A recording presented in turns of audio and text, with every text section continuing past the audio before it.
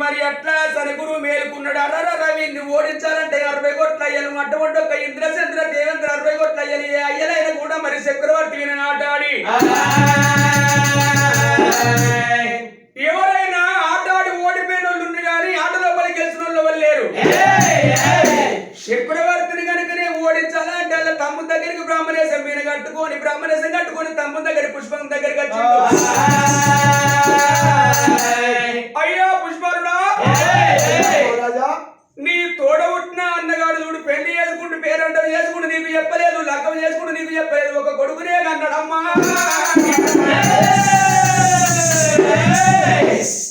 కొడుకును అన్నాడు నీకు చెప్పలేదు, లగ్గమైంది నీకు చెప్పలేదు, ఎంత దుర్మార్గుడు మీ అన్నరా.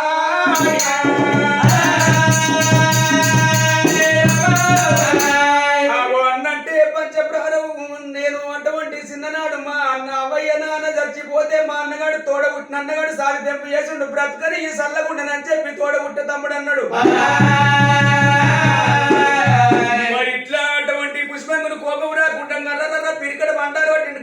కమ్ముల పువ్వు అంటూ చెమికి ఎక్కిలంట కోరి బ్రహ్మణకి అది కొల్ల ప్రిపల ఎక్కాలి మా అమ్మాయి మా తల్లి శివశక్తి సాంబవి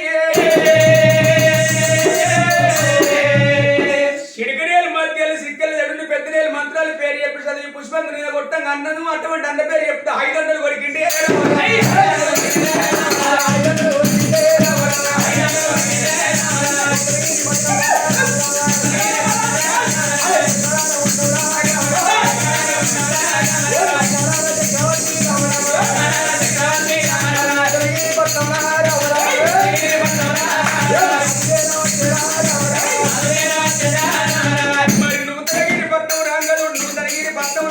తమ్ముడు ఒక రాగడ చూసిండు, బ్రాహ్మణే రాగడ గంట చూసిండు.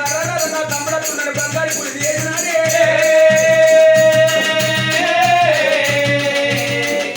బంగారు పులిసి చేసినాడు, కడుపు లోపల ఎగ్గట్టుకుంటూ పుష్పంగుడు అన్నా నీకు లగ్గమని నన్ను చెప్పలేదు, నాకెళ్ళి నన్ను చెప్పలేదు, నీ కొడుకు చెప్పలేదు, నీకు బిడ్డ ఉంటే చెప్పలేదు.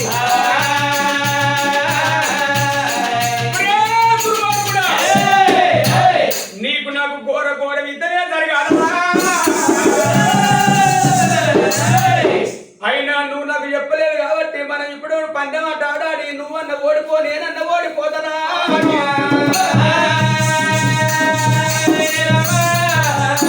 తమ్ముడా నీకు ఎక్కువ అంటే గుర్రాలు ఉన్నాయి, 7 రాజ్యాలు ఉన్నాయి, నీకు నాకు పందెం వద్దురా. నీకు నాకు పందెం ఆడితే బాబా మరల వరుస అయితే ఒక్కవేళ నేను ఓడిపోతే నేను ఏడవంగా నువ్వెట్లా చూస్తావు, నువ్వు ఓడిపోతే నేను ఏడవంగా నువ్వెట్లా చూస్తావు. ఇవన్నీ చెప్పినా పుష్పకుడు వినలేదు. ఒకటో ఆట రెండో ఆట ఈయన చక్రవర్తి ఓడిపోతున్నాడే అమ్మా.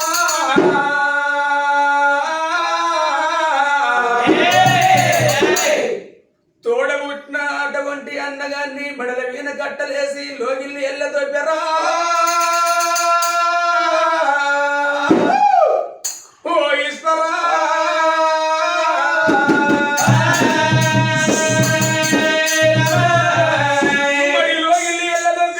కట్టుకున్న భర్త చక్రవర్తి మహారాజు బాబా దవదండిది ఎండిపోయింది, బంగారం పోయింది, ధనధాన్యం పోయింది.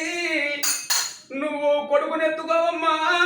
మన కొడుకు ఇంద్రశాల మహారాజు మన బిడ్డ ఇంద్రశాలమ్మ తీసుకొని మరి ఆ ఘోరమైన అడుగు లోపల ఏదన్నా రాజ్యం వెళ్ళిపోదాం, ఏదన్నా దేశం పోదాం అని చెప్పి భార్య భర్తలు ఇద్దరు మరి ఎంత దండి ఒక్కన్నట్టున్నది. చక్రవర్తి చూద్దాం మీరు ఓడిపోయి భార్య భర్త అడుగుతో వదక్కుతున్నారు. ఆ అడుగుతో వదక్కంగా మరి అటువంటి చూడు కన్న తల్లి ఒక్క చూడు తవదంతి ఏమనుకున్నది. మా మరిది పుష్పం దగ్గర ఈ కొడుకు బిడ్డని కాళ్ళ మీదెత్తవ గుంటడు సాగియడా. గుంటడు సాగించిన 2 గుంటలు సాగించిన మేము అటువంటి ఒక్క పందిరి వేసుకోరా గుడిసేసుకొని బతుకుతామని చెప్పి అమ్మవారి కన్న తల్లి దవదంతి వాళ్ళ మరిది ఒక్కదుడు పుష్పం దగ్గర ఏనాడు ఏడ వచ్చిందో. అయ్యా మరిది పుష్పంగ మహారాజా నీకు దండం పెడతావు మరిది, ఉంటదయ్యా మరిది.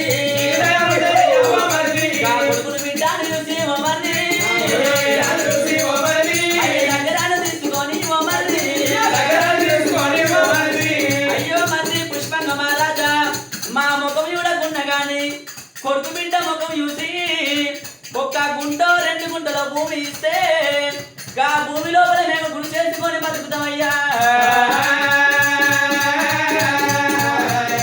అయ్య నీకు దండము పెడతామో మంది, అయ్య నీకు దండము పెడతామో మంది.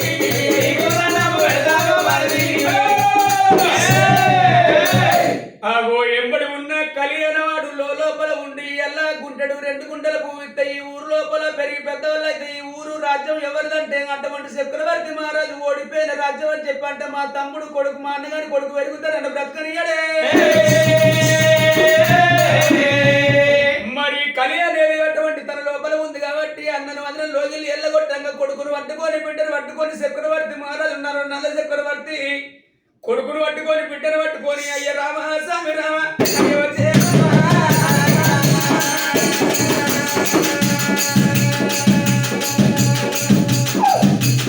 అయ్య రామ స్వామి రామ అయ్య వచ్చే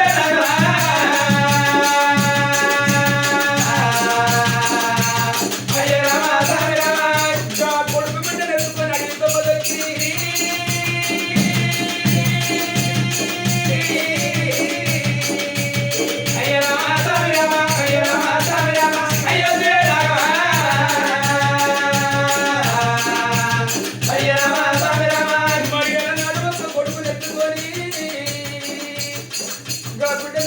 కొట్టి ఎండల్లో పాడపవులు అడివిలో పరదుడు ఏనాడు ఒక్క దూడు చెట్టులు చెట్టాలు మార్పు మానాలు లేదు మన మీద పౌడు మాట్లాడుతున్నాయి. చీకటి పిలిచేటి పౌలు పువ్వుల కీకలెత్తున్నాయి. అయ్యో బామా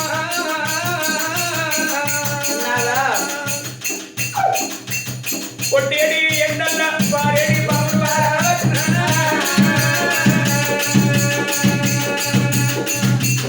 కొట్టి ఎండలు పడుతున్నాయి.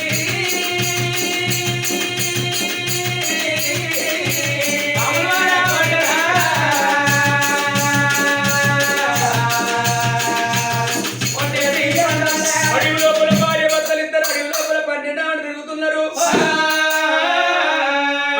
సరుకురు 5 ఏళ్ళ వస్తం తిప్పినాడు. 12 ఏళ్ళు కొట్టే ఎండ 1 గంట కొట్టింది. 1 గడియ కొట్టేవారి కల్లా పచ్చ నాకు ఒక్క దూడు అలల పలపల రాలిపోతుంది.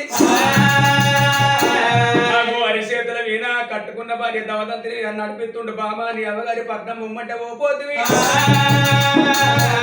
అమ్మగారి పట్నం బొమ్మంటే ఓపోతివి. అమ్మ కొడుకుని ఎత్తుకొని బిడ్డను ఎత్తుకొని అట్లా అడిగి లోపల పోతూ ఉంటే ఒకనాటి మధ్యాహ్నం వరుస కాలం నాడు 5 ఏళ్ళ వస్తం నింపినాడు. భార్య భర్తలకు భ్రమ ముట్టించినాడు సరి గురువే.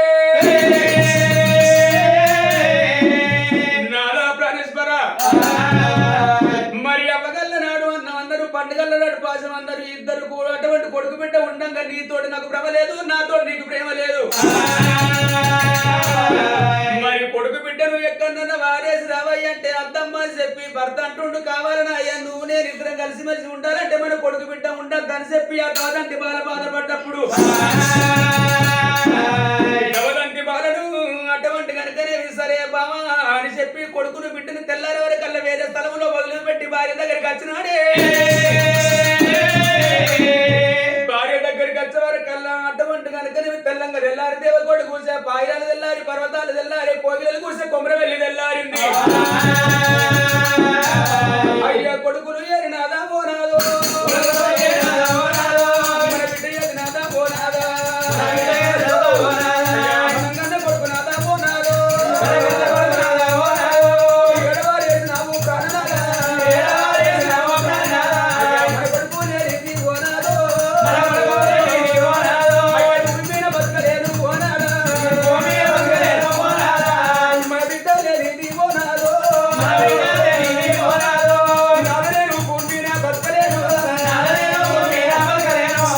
అట్లా భార్య భర్తలు వాళ్ళకు వస్తున్నారు. మరి పిల్లగాళ్ళు తెల్లంగా తెల్లారి దేవకోడు కూర్చున్నాక పిల్లగాళ్ళు ఏడుచుకుంటా నాయన నువ్వు ఎడబోతు నాయన చక్రవర్తి అమ్మ దవదంతి వాళ్ళు ఎక్కడ పోతు అంటే ఏడుచుకుంటా 12 ఆడు దూరం వద్ద ఉన్నారు. వాళ్ళు కడగలిసి అటువంటి కడగళ్ళ మరి కిందకి వచ్చినాడు. పిల్లగాళ్ళు నీళ్ళు తాగినారు అటువంటి బాయి కాడ భీమరాజుల పట్నం పిల్లగాళ్ళు తెలవలేక భీమరాజుల పట్నం వెళ్ళిపోతున్నా మనవడు వచ్చిన నా మనవరాలు వచ్చిందని చెప్పి ఆ భీమరాజు ఒక పిల్లగాళ్ళు చదువుకుంటాను. మరి అటువంటి కనుక చక్రవర్తి మహారాజు వాడికి లోపల కనుక నువ్వు ఎక్కడ వేయిందో నాలుడు ఎడవేంది నా బిడ్డ వచ్చి బట్టలు పంపిండు ఎవరు అటువంటి రాజు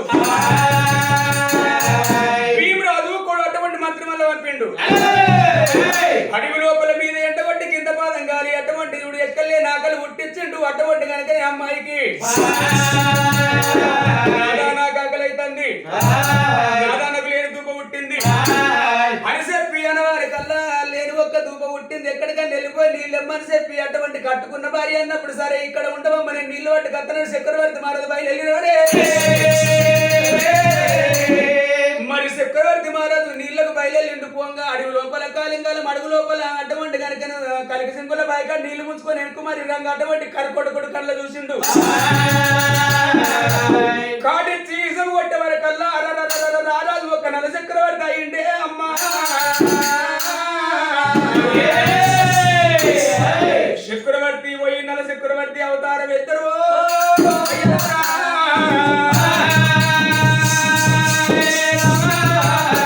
నీళ్లు పట్టుకొని భార్య దగ్గరికి వచ్చి బామ దమదండి పలు నీళ్లు దాకా పట్టు నువ్వు నా భర్త కాదయ్యా వేరే వాళ్ళు ఒక్క నా భర్త చక్రవర్తి మహారాజు ప్రాణం తీసి నువ్వు నా దగ్గరికి వచ్చివా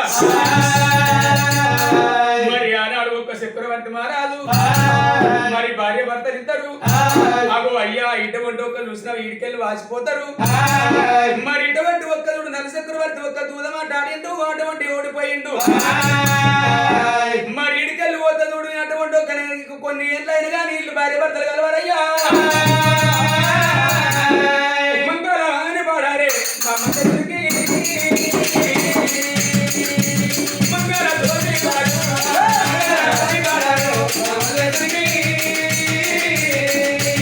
మంగళ ధ్వని నాయ మంగళారతి నారాయణ జమకారతి